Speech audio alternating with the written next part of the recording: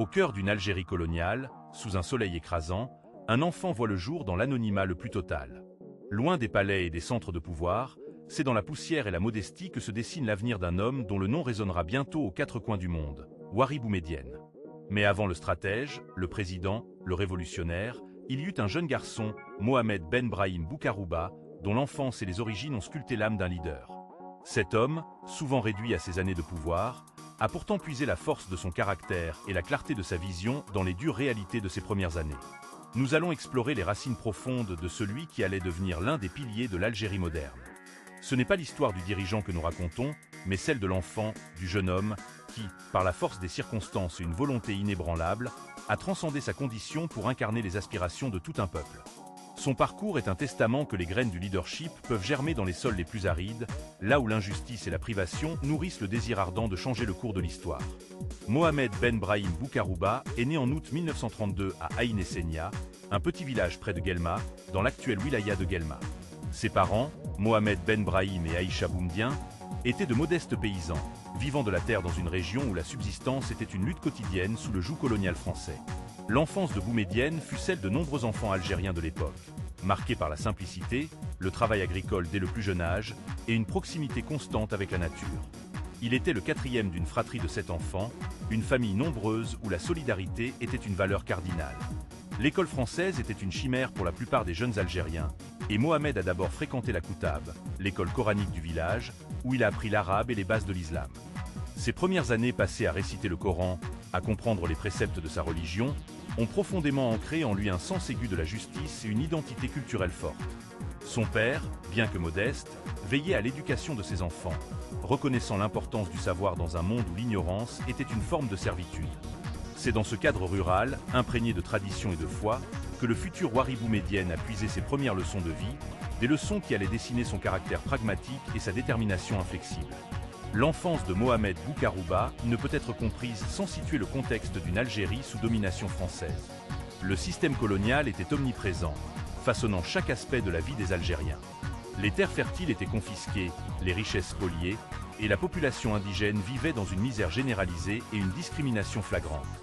Guelma, sa région natale, fut le théâtre des massacres de Sétif et Guelma en mai 1945, des événements traumatisants qui ont laissé une cicatrice indélébile dans la mémoire collective algérienne et qui ont sans doute marqué le jeune Boukarouba, alors âgé de 13 ans. Bien que l'étendue de son exposition directe aux atrocités soit sujette à débat, l'atmosphère de répression et la brutalité du système colonial étaient palpables. Ces injustices, vécues au quotidien ou perçues à travers les récits des aînés, ont été un terreau fertile pour la prise de conscience politique et le sentiment nationaliste chez la jeunesse. Le jeune Mohamed n'était pas un simple observateur. Il était un produit de cette époque, un enfant qui grandissait en voyant son peuple privé de dignité. C'est dans ce climat d'oppression et de réveil nationaliste que son esprit de résistance a commencé à germer, forgeant en lui une conviction inébranlable que seul le combat pouvait restaurer la dignité et la souveraineté de son peuple. Malgré les contraintes de son milieu, la soif de savoir de Mohamed Boukarouba était insatiable. Après ses études coraniques à Guelma, il s'est dirigé vers Constantine, puis Tlemcen, où il a approfondi ses connaissances religieuses et linguistiques dans des médersas réputés. Ces institutions, bien que religieuses, étaient également des foyers de résistance intellectuelle face à l'assimilation culturelle coloniale. C'est à cette époque qu'il commence à se forger une identité plus large, au-delà de son village natal. L'étape décisive fut son départ pour l'Égypte en 1950, où il étudia à l'université Al-Azhar du Caire, l'un des plus prestigieux centres d'enseignement islamique du monde arabe. Ce voyage loin de sa terre natale a été un tournant majeur. Le Caire était alors un véritable carrefour intellectuel et politique pour les nationalistes arabes et les anticolonialistes. Il y a côtoyé des penseurs et des révolutionnaires de toute la région, affinant sa vision politique et sa compréhension des enjeux géopolitiques. C'est là, loin des champs de Guelma, qu'il a abandonné son nom de naissance pour adopter celui de Houari Boumedienne, un nom de guerre qui symbolisait son engagement sans retour dans la lutte pour la libération. L'enfant paysan était désormais un jeune intellectuel, prêt à embrasser le destin révolutionnaire de son peuple. Revenu en Algérie après le déclenchement de la révolution le 1er novembre 1954, Boumedienne s'est rapidement imposé par ses capacités d'organisation et sa rigueur. Son passé d'étudiant érudit et sa discipline apprise dans les Koutab et médersas lui ont donné un avantage. Il rejoint le Front de Libération Nationale, FLN, et gravit les échelons de l'Armée de Libération Nationale, ALN, la branche militaire du FLN. Son calme, sa discrétion et son sens tactique lui ont valu la confiance de ses pairs. En 1960, il est nommé chef d'état-major général de l'ALN, une position cruciale qui le place au cœur de l'effort de guerre. Cette ascension fulgurante d'un fils de paysan à la tête de la force armée révolutionnaire est le témoignage de sa détermination et de son leadership naturel. C'est en cette qualité qu'il a organisé l'approvisionnement en armes et la formation des combattants, jouant un rôle déterminant dans la structuration de l'armée qui allait arracher l'indépendance à la France. Il incarne alors la figure du combattant intellectuel, capable d'allier la stratégie militaire à une profonde compréhension des aspirations populaires, héritées de ses propres origines modestes. Sa vision d'une Algérie indépendante, forte et souveraine, était déjà claire, façonnée par les injustices vécues durant son enfance. L'indépendance acquise en 1962, l'Algérie fut plongée dans une période de turbulence. Les luttes de pouvoir interne au sein du FLN et de l'ALN étaient féroces. Boumedienne, fort de son statut de chef d'état-major général, a joué un rôle central dans ces affrontements. Son attachement profond à l'unité de l'Algérie, enraciné dans son enfance passée dans une Algérie fragmentée par le colonialisme, l'a poussé à agir. Face au déchirement politique et au risque d'implosion, il a pris la décision de soutenir Ahmed Ben Bella, le premier président de l'Algérie indépendante, tout en conservant une position stratégique au sein du ministère de la Défense. Cette période fut marquée par des défis immenses. Reconstruire un pays dévasté par la guerre, gérer les séquelles de la colonisation et forger une identité nationale post-indépendance. Boumedienne, avec sa vision pragmatique et son sens de l'ordre, a cherché à stabiliser l'État, convaincu que la force de l'Algérie résiderait dans ses institutions et son indépendance économique. Ses origines modestes lui donnaient une empathie pour les masses paysannes et une aversion pour l'opulence, qu'il considérait comme une trahison des idéaux révolutionnaires. Il a navigué ces eaux tumultueuses avec la même discrétion et la même fermeté qui caractérisaient ses actions sur le champ de bataille, toujours avec le souci de préserver l'intégrité de la jeune nation. Les tensions entre Boumedienne et Ben Bella s'intensifièrent rapidement. Ben Bella, désireux de concentrer le pouvoir, a tenté de marginaliser l'armée et de s'affranchir de l'influence de son ancien allié. Ces divergences idéologiques et personnelles ont culminé le 19 juin 1965, lorsque Boumedienne, soutenu par l'armée, a orchestré un coup d'État qui a renversé Ben Bella. Cet événement est souvent interprété comme une trahison, mais pour Boumedienne et ses partisans, il s'agissait d'un redressement révolutionnaire visant à sauvegarder les principes de la révolution et à empêcher la dérive autoritaire et populiste de Ben Bella. Ce moment clé révèle la facette la plus dure du caractère de Boumedienne, celle d'un homme prêt à prendre des décisions radicales pour ce qu'il considérait être l'intérêt supérieur de la nation. Ce n'est pas par ambition personnelle, clamatait-il, mais par devoir envers le peuple algérien, que l'homme de Guelma agit.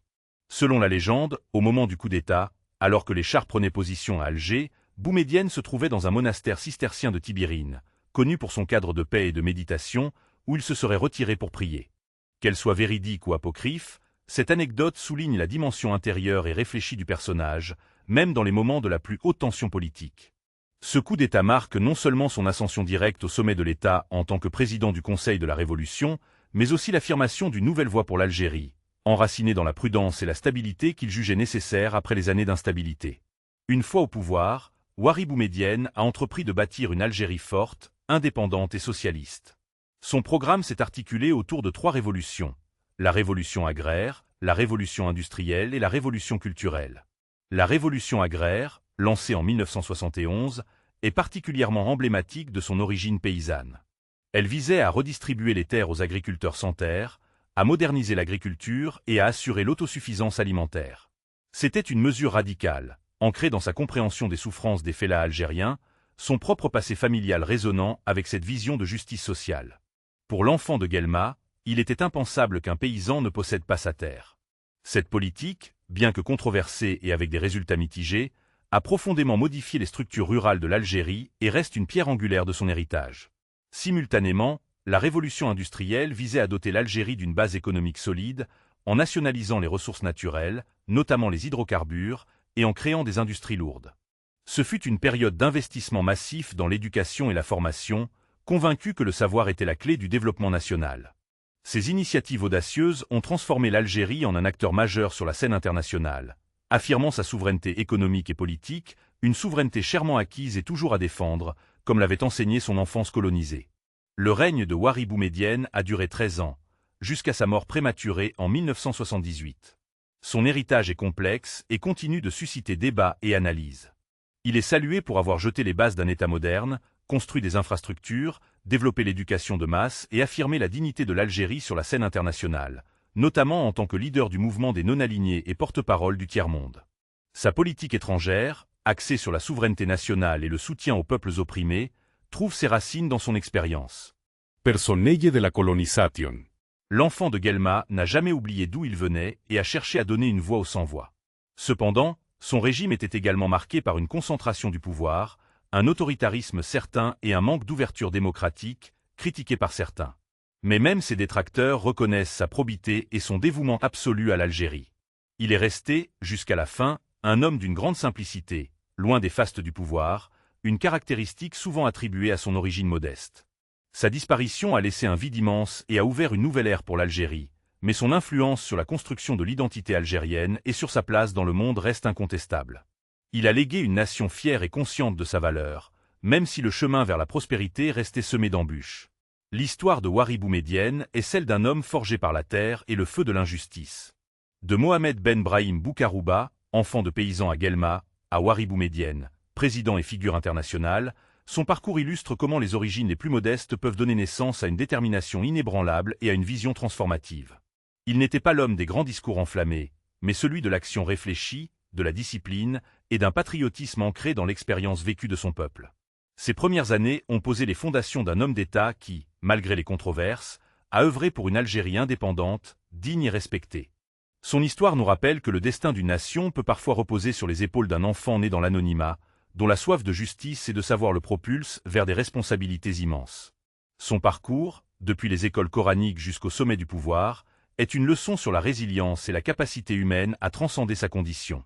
Si cette plongée dans les origines de Boumedienne vous a éclairé, n'hésitez pas à laisser un pouce bleu, à partager cette vidéo et à vous abonner pour ne manquer aucune de nos prochaines explorations historiques.